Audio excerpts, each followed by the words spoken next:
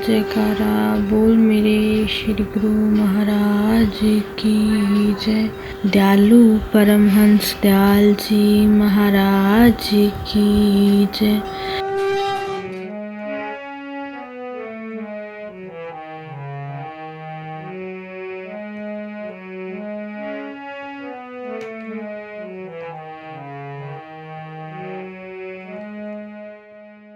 शुक्र सनकाधिक ध्रुव नारद आदि गुरुपदेश से अमरनम।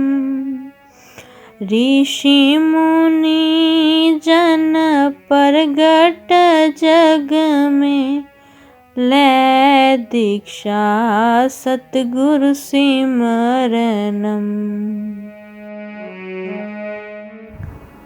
महामुनि शुकदेव जी सनक, सनंदन, सनातन और संत कुमार और शौनकादि ऋषिवर, भक्त ध्रुव, नारद मुनि इत्यादि ये सभी सतगुरुदेव जी के सत्य उपदेश की कृपा से अमर पद तक पहुँचे। और भी संसार में जितने ऋषि मुनिजन हैं वे सभी गुरु दीक्षा के फलस्वरूप ही जगत प्रसिद्ध हुए।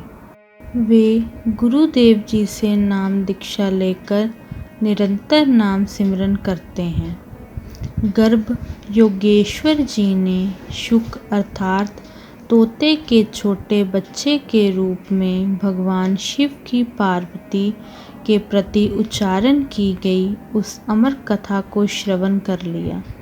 उस अमर कथा के प्रभाव से वे अजर अमर हो गए। आप महर्षि वेद व्यास जी के सुपुत्र थे। अमर कथा के प्रभाव से उनका मन संसार से उपराम हो गया, किंतु निगूरा होने के कारण उन्हें शांति नहीं मिली।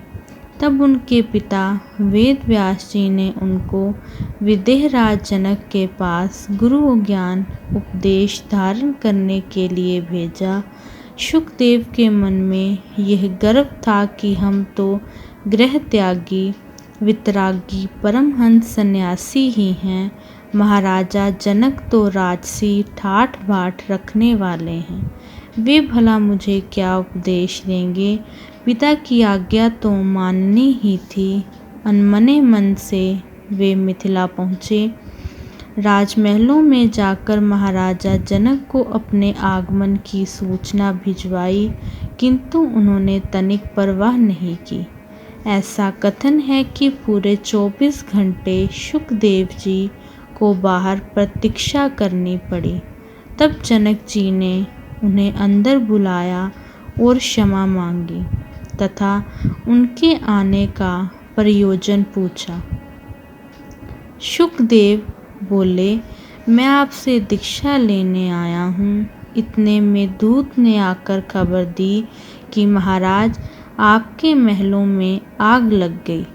यह दुखद समाचार सुनकर भी विदेहराज के मस्तक पर चिंता की कोई रेखा ना दिखाई दी, पर इसके बिल्कुल विपरीत शुकदेव जी आग लगने का समाचार सुनते ही भागे भागे बाहर गए और अपनी चिप्पी और कमंडल तथा छड़ी उठा लाए। जनक जी मुस्कुरा दिए। तब उन्होंने शुकदेव जी से प्रार्थना की कि आप पहले भोजन कीजिए, फिर ज्ञान चर्चा होगी। भोजन के लिए जिस कमरे में शुकदेव जी को ले जाया गया, उसकी छत पर कच्चे धागे से नंगी तलवार लटक रही थी। 36 प्रकार के भोजन परोसे गए, पर शुकदेव जी की दृष्टि ऊपर ही रही।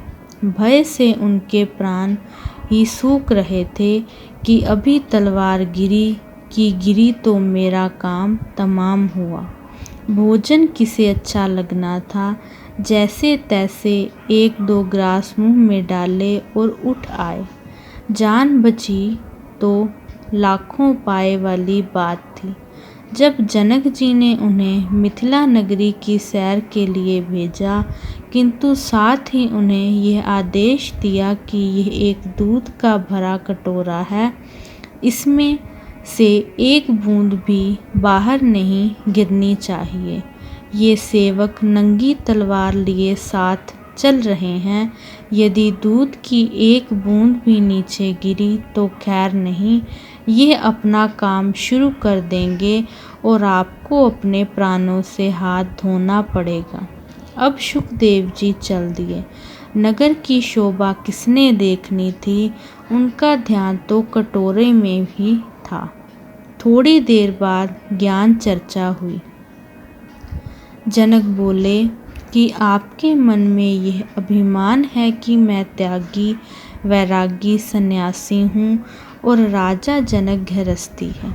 अब एक एक घटना का विश्लेषण करके स्वयं ही निश्चय कर लीजिए कि कौन अधिक त्यागी वैरागी है, मैं या आप। पहली बात तो ये है कि मेरे लाखों करोड़ों के महल जल रहे थे, किंतु मैं तो अपने स्थान पर निश्चिंत बैठा रहा और आप अपनी छड़ी और चिप्पी लेने बाहर भाग गए। इससे सिद्ध हुआ कि त्यागी होते हुए भी आपके मन में आस्तिक और ममता बनी रही। आपको भोजन करने के लिए उस कमरे में ले जाया गया जहाँ नंगी तलवारें लटक रही थी, तो यह केवल दिखावा मात्र ही था। तलवारें तो लोहे के तार द्वारा लटकी हुई थी, वे तो गिर नहीं सकती थी। आपके भ्रम के लिए तार के ऊपर सूत का कच्चा धागा लपेट रखा था। आपका भोजन में ध्यान ना रहा, तलवारों की ओर ही ध्यान था। मेरी भी यही दशा है। मैं सब कामकाज तथा राज्य सुख भोगते हुए मृत्यु तथा काल को अपने सिर पर तलवार के समान लटकता देखता हूँ। अतः मैं इन सुखों में लिपायमान नहीं होता। यही मेरी अनास्तिक का रहस्य है। आपको नगर की शोभा देखने के लिए भेजा गया तो उस घटना का भाव ये था कि मैं हर समय अपने स्वरूप में स्थित हूँ। संसार में विचरण करते हुए भी मेरी सुरती वृत्ति एक क्षण के लिए भी बाहर नहीं जाती। ये सुनकर सुखदेव जी का सब अभिमान चूर हो गया और वे महाराजा जनक के चरणों में गिर पड़े। इस प्रकार सुखदेव जी ने विदेहराज जनक से दीक्षा ली। किसी महापुरुष का कथन है, जनक विदेही नानका सुखदेव भयो कबीर, दत्रा गोरख भय कह गए राज फकीर। बोल जयकारा भोलो साचे दरबार की जय।